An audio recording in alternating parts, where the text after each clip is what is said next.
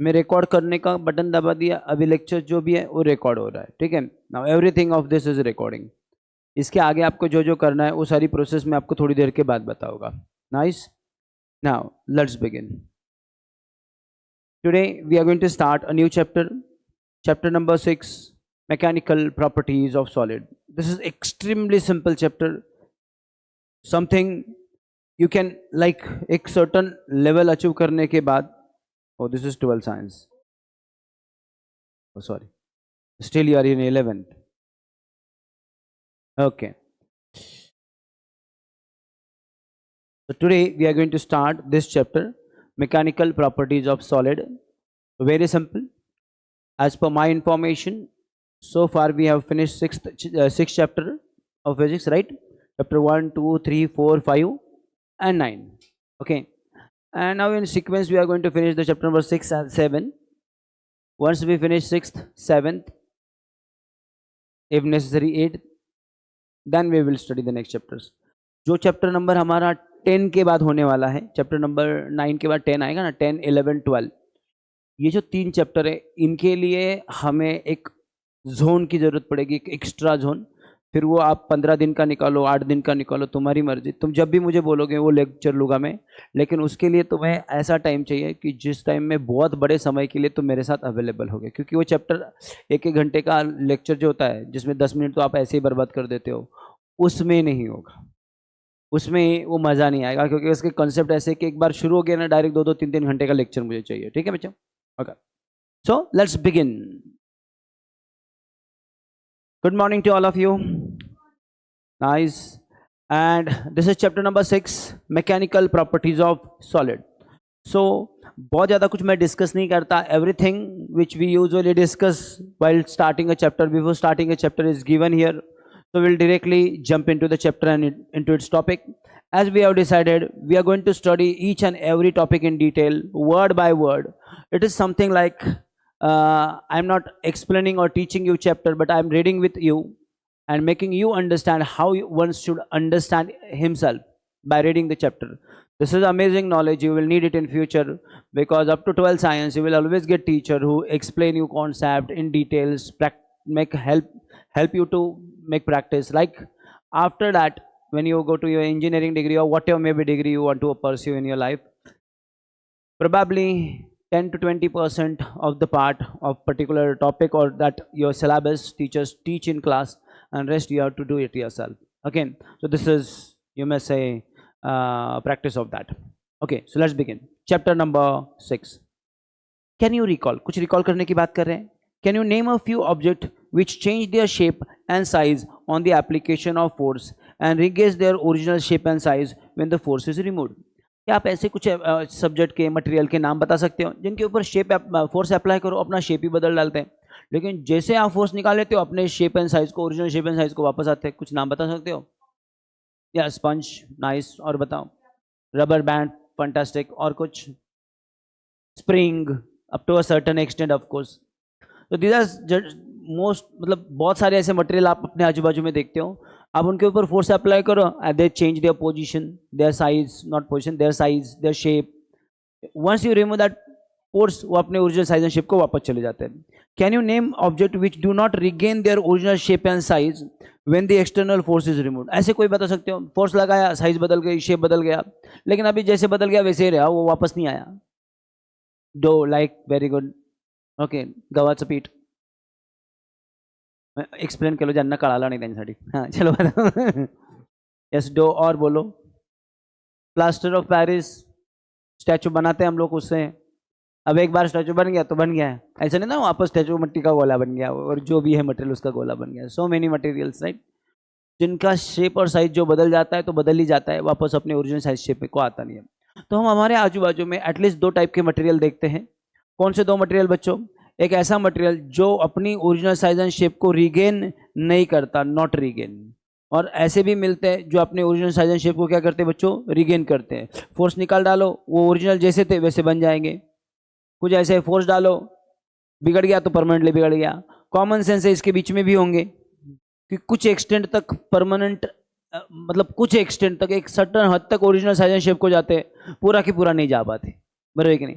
तो इस पूरे चैप्टर में हम लोग ऐसी मटेरियल्स की प्रॉपर्टी को स्टडी करने जा रहे हैं और इन प्रॉपर्टीज को गिनने के तरीके भी देखेंगे, चलेगा।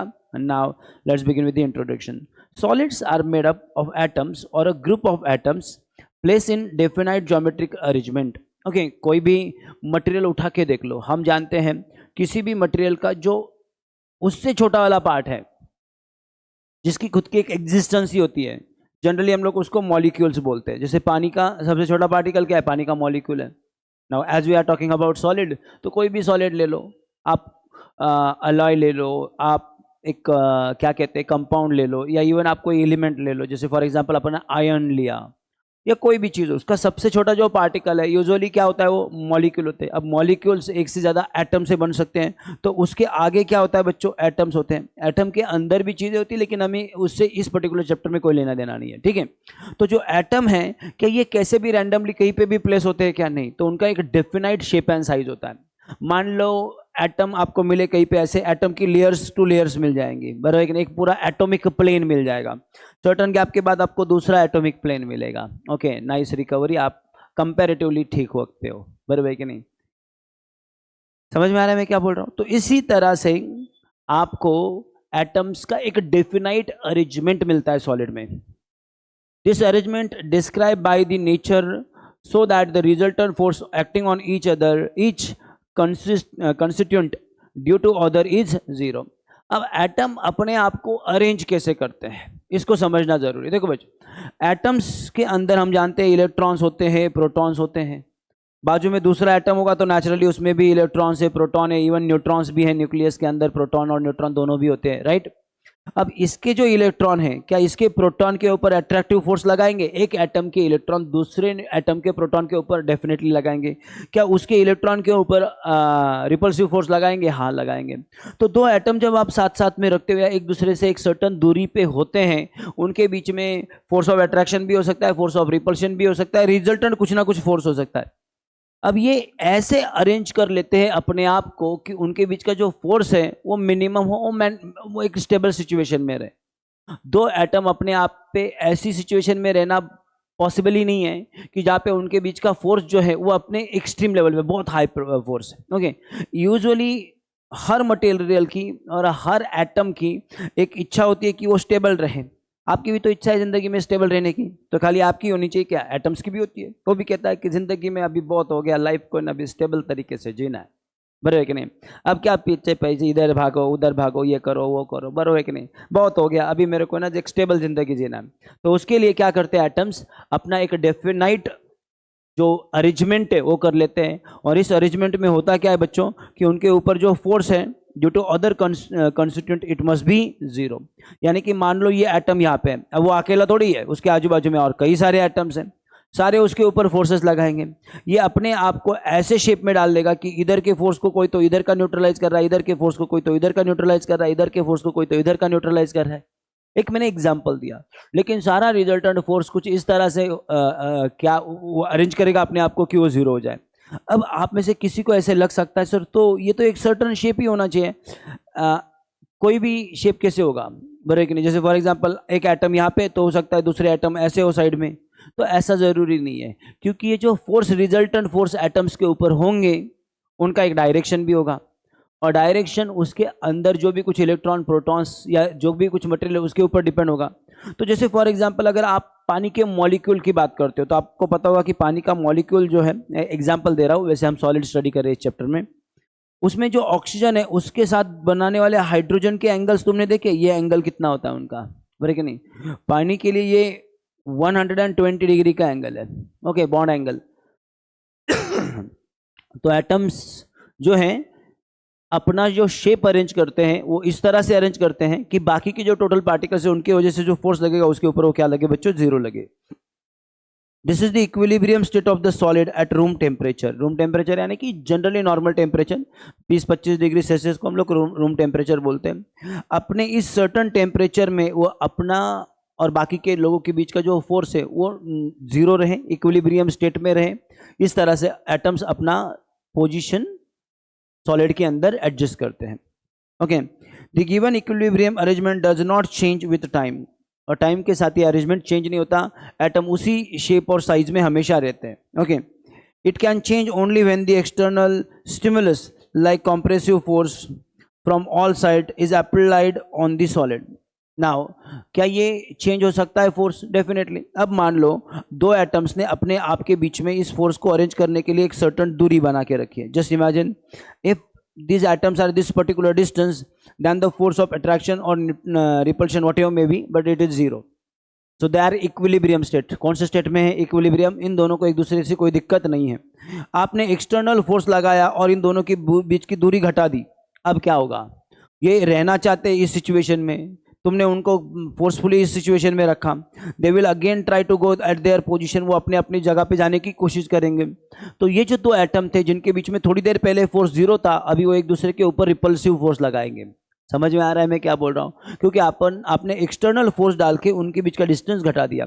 अगर कोई उनके बीच का डिस्टेंस बढ़ा देता मान लो इस तरह से, लेकिन वो तो रहना चाहते हैं इस सिचुएशन में, तुमने उनके बीच का डिस्टेंस बढ़ा दिया. बराबर कि नहीं? अब वो क्या करेंगे? वापस अट्रैक्टिव फोर्स लगाएंगे एक दूसरे के ऊपर और अपनी ओरिजिनल जगह पे आने की कोशिश करेंगे. तो फोर्स ऑफ अट्रैक्शन होगा या रिपल्शन होगा, या डिपेंड है आपने उनके साथ जो कोई एक्सटर्नल फोर्स लगाया वो क्या था. आपने कंप्रेशन का और फोर्स लगाया तो एटम के बीच की दूरी घटा दी. एटम के बीच की दूरी घटाओगे तो वो एक दूसरे से दूर जाने की कोशिश करेंगे and that will be a repulsive force. अगर आपने एटम के बीच का डिस्टेंस बढ़ा दिया, अगर आपने उसको एक्सटेंड किया, आप लोगों ने जो फोर्स लगाया वो क्या था? उसको मतलब उसकी लेंथ या उसका डायमेंशन को इंक्रीज करने वाला था. बराबर है कि नहीं? यानी कि मॉलिक्यूल के बीच का डिस्टेंस बढ़ा रहा था, तो वो वापस घटाने की कोशिश करेगा and in that case it will be force of attraction. समझ में आ रहा है? एनीवे एटम हमेशा क्या कोशिश करेंगे? अपनी इक्विलिब्रियम स्टेट को मेंटेन किया जाए. समझ में आ रहा है मैं क्या बोल रहा हूँ? Okay, it can change only when the external stimulus like compressive force from all sides is applied to the solid. सारे बाजू से अगर आप ऐसा कोई फोर्स अप्लाई करते हो जिससे एटम के बीच की दूरी या जो भी कुछ डिस्टेंस है वो चेंज होगा. बराबर है कि नहीं? अब कंप्रेशन में तो चेंज होगा, रिड्यूस होगा, लेकिन बढ़ भी सकता है. The constituent vibrate about their equilibrium position even at very low temperature but cannot leave their fixed position. Now this is very interesting.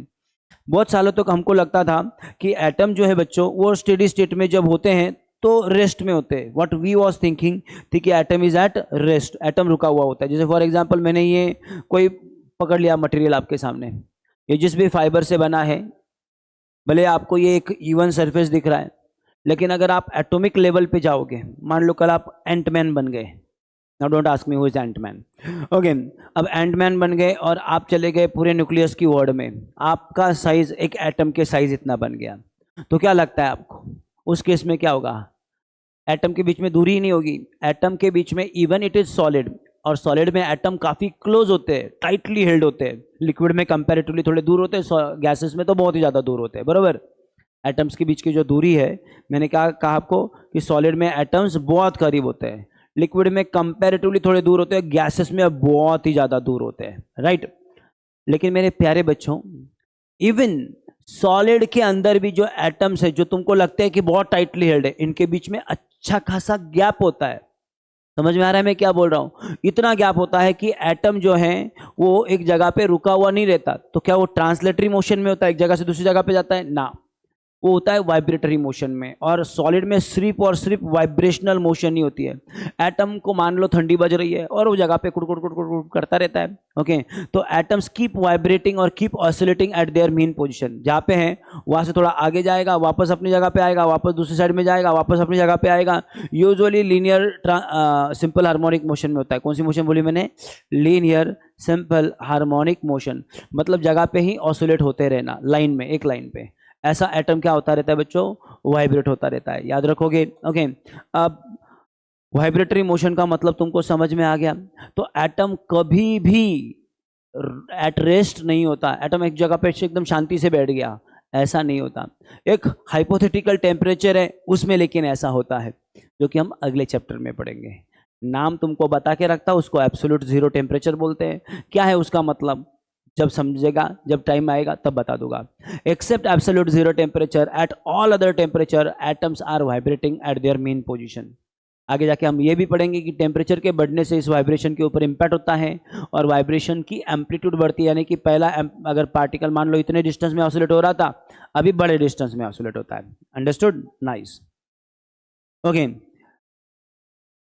This fact provide the solid a definite shape and size, allow the solid to maintain definite shape and size. तो atom कहीं पे जाता नहीं है लेकिन अपनी जगह पे क्या होता रहता है बच्चों, ऑसिलेट होता है.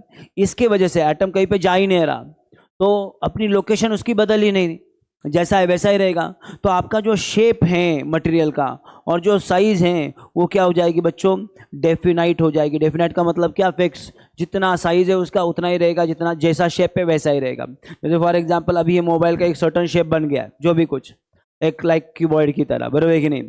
अब ये सॉलिड से बना हुआ है इसलिए ये ऐसे रहेगा. अगर ये लिक्विड से बना होता तो इसको चाहे वैसे चेंज कर सकते, बराबर है कि नहीं. कभी इसको क्यूबॉइड बनाते, कभी इसको सिलेंडर बनाते, कुछ भी बन जाता. समझ में आ रहा है. बट सॉलिड जो है उसका शेप क्या होता है, डेफिनाइट. इसकी साइज जो है वो भी डेफिनाइट होती है. अब शेप और साइज में क्या फर्क है, शेप तो तुमको समझ में आ गया. साइज एक तरह से उसके वॉल्यूम को रिप्रेजेंट करता है, बराबर है. इसका वॉल्यूम में मान लो ये जो टोटल जितना भी तुमको साइज दिख रहा है, मान लो ये 3 है. अब कल किसी ने इसकी पाउडर बना डाली, इसको ग्राइंडर में डाला, पीस के इसका पाउडर बना डाला, उसका वॉल्यूम भी उतना ही रहेगा. यानी कि उसकी साइज नहीं बदलेगी, शेप भले ही बदल गया. तो साइज और शेप इन दो वर्ड में अंतर है.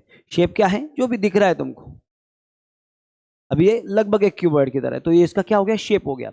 लेकिन साइज क्या है, साइज यानी कि total amount of the you में से उसका जो स्पेस का जगह उसने ऑक्यूपाई करके रखा है, वो एक तरह से उसके वॉल्यूम को रिप्रेजेंट करता है. तो मैंने बोला ना, कल तुमने इसको पाउडर बना डाला, इसका एक गोला बना डाला, ये लोखंड का होता मान लो, तो तुम इसका स्पीयर बना सकते थे पिघला के. तुम इसका जो भी चाहे वो शेप बना सकते थे. तो शेप तुम बना चेंज कर रहे हो by doing some external thing, लेकिन जो साइज है वो वही बदलेगा, वो एज इट इज रहेगा. तो सॉलिड का साइज और शेप एटलीस्ट जब तक हम एक्सटर्नल कुछ कार्यक्रम नहीं करते उसके साथ, तब तक नहीं बदलेगा. याद रखोगे. अब ये है ना, if an external force is applied to a solid, the constituent are slightly displaced and restoring force are developed in it. Okay, तो जैसे मैंने थोड़ी देर पहले आपको बोला था. Okay, now let me add a page so that whatever we discuss we can write. Okay, तो मान लो बच्चों, this is a certain situation जो थोड़ी देर पहले मैंने बोला था. At this distance the atoms are fixed. ये उनके बीच का डिस्टेंस है d. ओके और इस डिस्टेंस के ऊपर जो टोटल फोर्स तुम्हारे दो एटम के ऊपर लग रहा है वो कितना है तुम्हारा, 0 है. हम लोग बोलेंगे एटम क्या है, एट इक्विलिब्रियम है, या एटम एक अपने स्टेबल स्टेट में है, जो भी कुछ टेम्परेचर है उस टेम्परेचर के ऊपर. अब आप लोगों ने एक्सटर्नल फोर्स अप्लाई किया और उससे क्या कर दिया, आपने उसका साइज एंड शेप बदल डाला. जैसे मैंने कहा कि आपने क्या किया, इसको मान लो कॉम्प्रेस किया तो क्या हो जाएगा, now atom will be comparatively closer. इस केस में एटम क्या कोशिश करेंगे, अपने ओरिजिनल शेप पे जाने की वापस.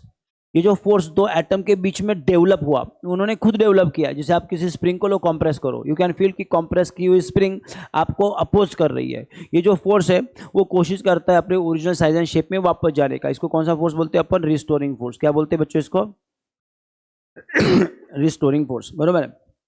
अब वैसे तो ये मटेरियल के अंदर से आ रहा है, तो इफ यू वांट यू में से इंटरनल रिस्टोरिंग फोर्स, तुम इसको क्या बोल सकते हो, इंटरनल रिस्टोरिंग फोर्स भी बोल रहे हो, क्योंकि ये अंदर से आ रहा है. अब इस केस में वो कौन सा फोर्स हो गया, रिपल्सिव फोर्स हो गया. अगर मान लो आप एटम के बीच की दूरी बढ़ा देते, अब एटम क्या बोलते, नहीं हमको तो अपने अपने घर वापस जाना है भैया, ये भी रिस्टोर करने की कोशिश कर रहा है. So even this is also a internal restoring force.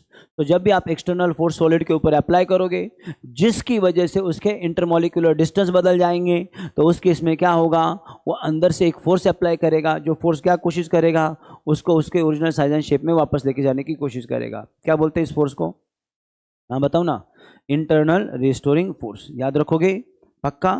So you may call this as your first definition. क्या बोलते हैं बच्चों इसको, restoring force are develop in it. These restoring force try to bring the constituent back to their equilibrium position so that the solid can regain its shape. Okay, तो जैसा solid का shape था, अब मान लो जैसे रबर बैंड है, आपने rubber band पकड़ा और खींचा थोड़ा सा ऐसा, तो आपने जिस केस में रबर बैंड को पकड़ के खींचा, रबर बैंड की साइज इतनी थी, आपने इतनी बड़ी कर दी. ये कैसे हुआ, क्योंकि उसके हर मॉलिक्यूल के ऊपर जाके इम्पैक्ट हुआ है.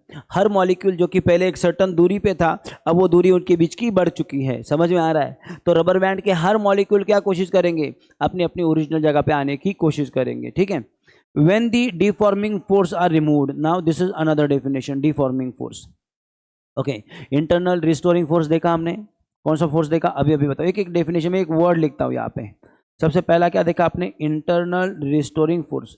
ये कब डेवलप होता है बच्चों, जब तुम सॉलिड का साइज एंड शेप बदलने की कोशिश करते हो, इनडायरेक्टली तुम उनके इंटरमॉलिक्यूलर डिस्टेंस को बदलने की कोशिश करते हो, तो उस केस में एक अंदर से फोर्स डेवलप हो जाता है दो मॉलिक्यूल के बीच में, जो कोशिश करता है उसको उसके ओरिजिनल जगह पे वापस लाने की। क्या फोर्स का नाम है इस फोर्स का, इंटरनल रिस्टोरिंग फोर्स। लेकिन ये करते हुए तुमने तो बाहर से कुछ फोर्स अप्लाई किया ना, तुमने उनके बीच का डिस्टेंस घटाने की कोशिश की, यानी कि आपने कॉम्प्रेसिव फोर्स लगाया या उनके दोनों के बीच का डिस्टेंस बढ़ाने की कोशिश की।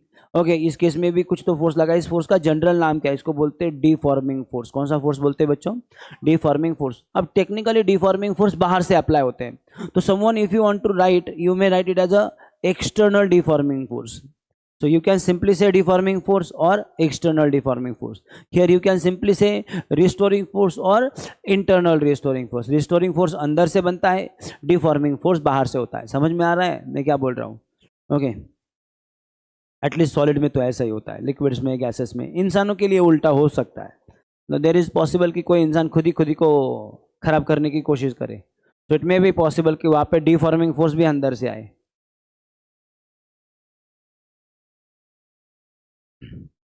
डन बच्चों? Okay, are removed, the interatomic force tends to restore the original position to the molecule and thus the body regains its original shape and size. However, as we will see later, this possible only with certain limit. अच्छा, ये जो है inter atomic force यानी कि atom के बीच का force, बड़े कि नहीं, ये एक सर्टन लिमिट तक ही एग्जिस्ट करता है। तो अगली जो टर्म है आपको नाम याद रखना पड़ेगा। देखो बच्चों, ये जो फोर्सेस हैं इंटरनल रिस्टोरिंग फोर्स, ये है कौन, आपके इंटर एटॉमिक फोर्सेस है, एटम के बीच का फोर्सेस है, बराबर है। इनके आगे जाके कोएसिव फोर्स, अधेसिव फोर्स, ऐसे टाइप भी हैं, वो भी हम लोग देख लेंगे। ओके, इसके आगे जाके हम लोगों ने क्या बोला, कोएसिव फोर्स और बोलो अधेसिव फोर्स, ऐसे भी टाइप बनते हैं, कोहेसिव और अधेसिव। अधेसिव मतलब डिफरेंट मॉलिक्यूल्स के बीच में या डिफरेंट एटम के बीच में। ओके, दो एटम लिए डिफरेंट मटेरियल के। कोहेसिव यानी कि सेम के बीच में, जैसे फॉर एग्जांपल दोनों पानी के मॉलिक्यूल है, तो इन दो मॉलिक्यूल के बीच में जो फोर्स है कि नहीं। अब यहाँ पे तुम एक चीज़ देख सकते हो, उन्होंने कंस्टिट्यूएंट ये वर्ड इस्तेमाल किया है। कंस्टिट्यूएंट मतलब क्या, जिससे वो चीज़ बनी है।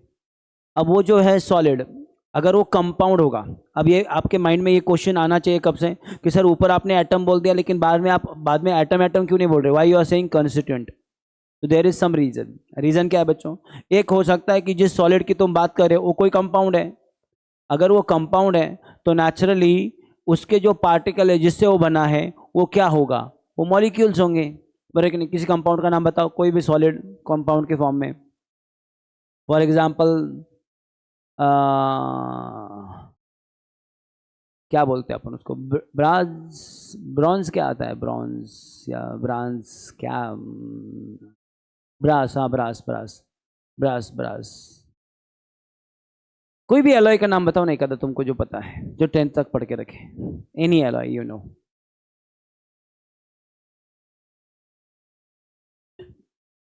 ब्रांज होता है ना कुछ तो, ब्रास नहीं भाई, bronze, bronze, bronze. Okay, I have to work on my English, at least pronunciation of some particular word. Okay, bronze,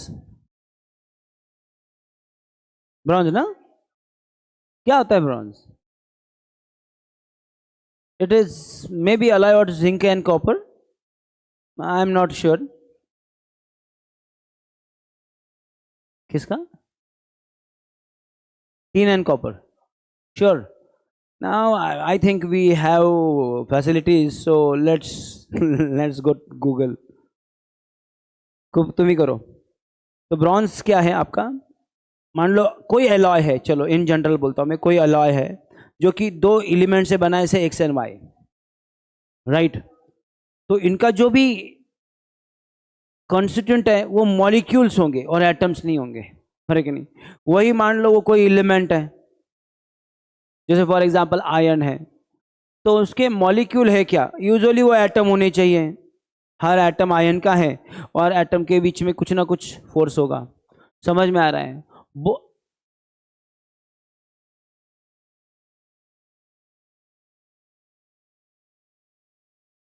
हाँ, तो इट्स ब्रॉन्ज। और वो किस चीज़ का मिक्सचर है? Copper and tin. Tin Z N. हाँ, जेड एन तो zinc है। टिन क्या है फिर? T N. I am not a chemistry teacher. हाँ, बट टीन इज उसका कुछ तो होगा ना। क्या बोलते नहीं, क्या symbol? Tin S B. S B is antimony. S N. S N okay. I was so close ना, S B. S B is I think anti money.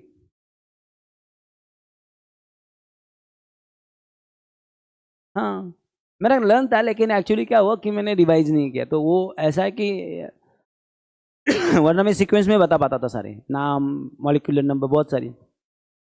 As I stop teach. हाँ, hydrogen, helium, lithium, boron, carbon, oxygen, हाँ, sodium, magnesium, aluminium, silicon, phosphorus, sulphur, chlorine, argon. I have to give a time of like, थोड़ा सा एक आध दिन मेहनत कर लूँगा तो वापस रिवाइज हो जाएगा, तो मैं करता था, लेकिन अभी छोड़ो। अभी फिजिक्स पे फोकस करते हैं। तो ये कंपाउंड्स हो सकता है, ये एलिमेंट्स हो सकता है, इनफैक्ट ये मिक्सचर भी हो सकता है कोई, बराबर कि नहीं?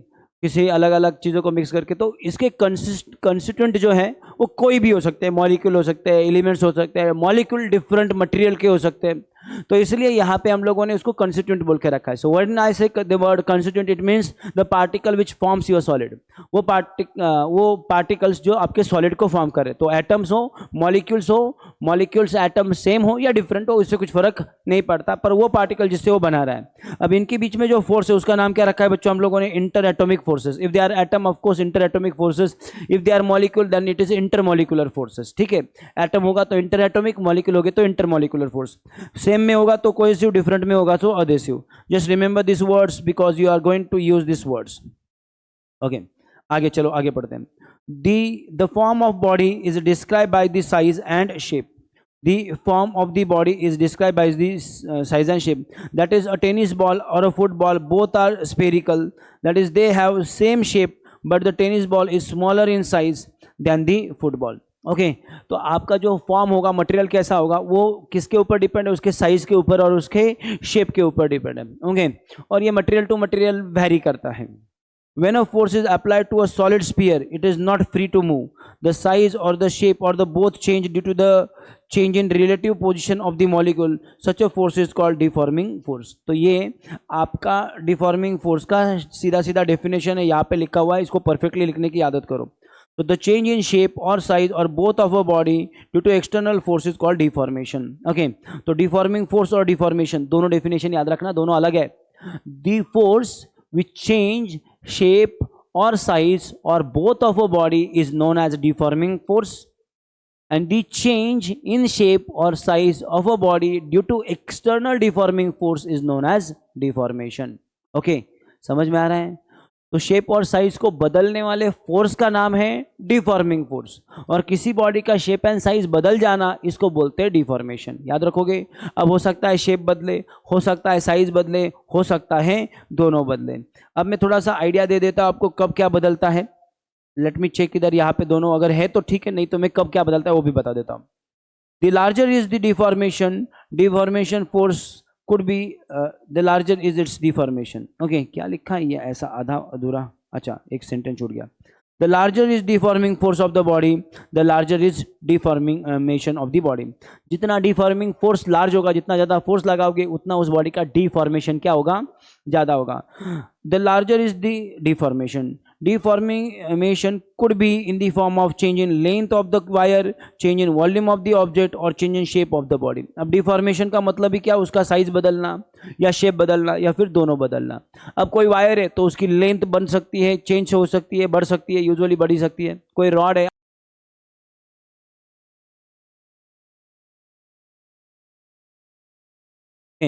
अच्छा ये साइन है इसका, वो बंद हो जाता है तो साउंड आता है।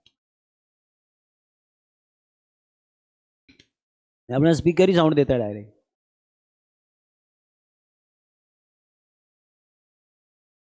क्या बेटा? कशाची? हाँ हाँ, यस, सुन रहे हो? सो व्हाट इज एक्चुअली, हम थोड़ा पढ़ने का मोड बदल चुके हैं, कुछ समय के लिए हम लोग इसको करेंगे, जब ज़रूरत पड़ेगी बंद कर देंगे चाहे तो, लेकिन मैं आपको सिखा भी रहा हूँ कि कैसे पढ़ना चाहिए. This is something how you can read, you can study your own and you need to do it. अभी मैं ये नहीं कहूँगा कि अभी करो, अभी तुमको बहुत नॉलेज गैदर करने की ज़रूरत है, क्योंकि समझने के लिए भी अंदर कुछ होना चाहिए ना, बराबर है कि नहीं? लेकिन जैसे जैसे तुम्हारा अंदर का नॉलेज बढ़ेगा, एक दिन तुम इस स्टेज में जाओगे कि तुम्हें किसी के समझाने की जरूरत तक नहीं पड़ेगी. और ये इसलिए ज़रूरी है बच्चों, क्योंकि तुम एक बार क्लास में पढ़ने का मतलब क्या होता है पता है? तुमको एक बार आइडिया आना, लेकिन जब तुम दूसरी बार घर पे जाके पढ़ते हो, तीसरी बार पढ़ते हो, अलग अलग किताबें पढ़ते हो, तब तुम्हारा नॉलेज बढ़ता है. अब हर बार टीचर आके थोड़े हर वर्ड को एक्सप्लेन करने वाले हैं, बराबर है कि नहीं? ओके, सो डिफॉर्मेशन क्या हो सकता है? कोई वायर है उसका लेंथ बदल सकता है, कोई स्पीयर है उसका वॉल्यूम बदल सकता है, बराबर है कि नहीं? कोई क्यूब है उसका शेप तुम बदल सकते हो, या किसी भी चीज़ का शेप बदल सकते हो, बराबर है? We know what when a deforming force that is stretching is applied to a rubber band, it gets deform, elongated, but when the force is removed it regain its original length. जैसे rubber का example दिया है, आप rubber band के ऊपर force लगाते हो, it get elongated, its length increases, but when you remove the force it goes to its original size and shape. When a similar force is applied to a dove or a clay, it also get deformed, but it does not regain its original shape and size after removal of the deforming force. तो Dove का example दिया है, clay का example दिया है, इनके size और shape बदलते हैं फोर्स लगाने के बाद. क्ले लिया आपने, लेकिन वो परमानेंटली बदल जाता है, वो अपने ओरिजिनल साइज एंड शेप को वापस आता नहीं है. This observation indicate that rubber and clay are different in nature. The property that describe the nature is called elasticity और plasticity. We will learn more about this property in solid in this chapter. Okay, तो हमें elasticity की भी definition है, plasticity की भी definition है. अब तक हमने जो भी कुछ पढ़ा है, इसके ऊपर जो कुछ ज्ञान हमको साथ में लेके जाना है आज के लिए, वो क्या है? आपको पता होना चाहिए कि जो सॉलिड है उसका शेप क्या होता है बच्चों, और उसकी साइज क्या होती है. ये दोनों भी क्या होते हैं? फिक्स होते हैं, बदलता नहीं है. इसका शेप कैसे होगा, साइज कैसे होगा? ये साइज तो ऑफ कोर्स आप बदल नहीं सकते, शेप आप चाहे तो एक्सटर्नल फोर्स की वजह से बदल सकते हो, साइज भी बदल सकते हो, लेकिन साइज एक सर्टन एक्सटेंड तक बदल सकते हो. ठीक है, अब इसके बाद हम लोगों ने पढ़ा है कि उसके जो कंस्टिट्यूएंट होते हैं जिससे तुम्हारा सॉलिड बनता है, वो कुछ भी हो सकता है, लाइक एटम हो सकते हैं, मॉलिक्यूल हो सकते हैं, या फिर मिक्सचर हो सकता है किसी डिफरेंट मॉलिक्यूल्स का. ठीक है, इनके बीच में जो होता है कंस्टिट्यूएंट पार्टिकल के बीच का फोर्स, उसको क्या बोलते हैं अपन? बोलो, inter atomic force if they are atoms, और inter molecular force if they are molecules. Okay, मैंने आपको बताया ये कोहेसिव फोर्स और अधेसिव फोर्स, ऐसे दो टाइप का होता है. What is cohesive force? Force between same molecule. What is adhesive force? Force between yes different molecules, right. फिर इसके बाद मैंने तुमको समझाया कि जब तुम उसके ऊपर फोर्स अप्लाई करते हो, एक्चुअली सारे जो कंसिस्टेंट पार्टिकल है इनके बीच का फोर्स नॉर्मल कंडीशन में कितना होता है बच्चों? 0. They are at equilibrium state में होते हैं. लेकिन जब तुम एक्सटर्नल फोर्स अप्लाई करते हो, क्या होता है? जो तुम्हारा एक्सटर्नल फोर्स है वो क्या करता है? उसका शेप बदल सकता है, साइज बदल सकता है, या दोनों बदल सकते हैं. उस फोर्स का नाम क्या है? एक्सटर्नल डिफॉर्मिंग फोर्स, या सिंपली डिफॉर्मिंग फोर्स. तब ये पार्टिकल जो है उनके अंदर भी एक फोर्स एस्टेब्लिश हो जाता है जो अपने ओरिजिनल साइज एंड शेप को उसको लाने की कोशिश करता है. क्या बोलते हैं इसको? रिस्टोरिंग फोर्स, या अंदर से बनता है इसलिए इंटरनल रिस्टोरिंग फोर्स. ठीक है, सुना है सब लोगों ने यहाँ पे? अब ये जो करने वाला फोर्स है डिफॉर्मिंग फोर्स, ये क्या बदल सकता है बच्चों? उसका शेप बदल सकता है, या फिर क्या बदल सकता है? उसकी साइज बदल सकता है, या क्या बदल सकता है? दोनों भी. अब कौन सी केस में क्या बदलता है इसका एक छोटा सा आइडिया मैं आपको देता हूँ, और फिर मैं तुमको अगली चीज़ें बताऊंगा. ठीक है, देखो बच्चों, ये है मान लो कोई क्यूब, और आपने इसके सारे ही सरफेस के ऊपर फोर्स लगाया नॉर्मल. कौन सा फोर्स बच्चों? Normal deforming force, size and shape बदलने वाला फोर्स. लेकिन ये कौन सा फोर्स है? नॉर्मल यानी कि exactly perpendicular to the surface के साथ 90 डिग्री करने वाला. तो किसी बच्चे ने यहाँ से, और सारे पॉसिबल साइड्स है, जितने भी पॉसिबल साइड्स है उसके सब साइड से परपेंडिकुलर फोर्सेस लगाए. अब इस केस में क्या हो जाता है? इस केस में ये क्यूब थोड़ी देर के बाद हो जाएगा इत्तू इत्तू सा।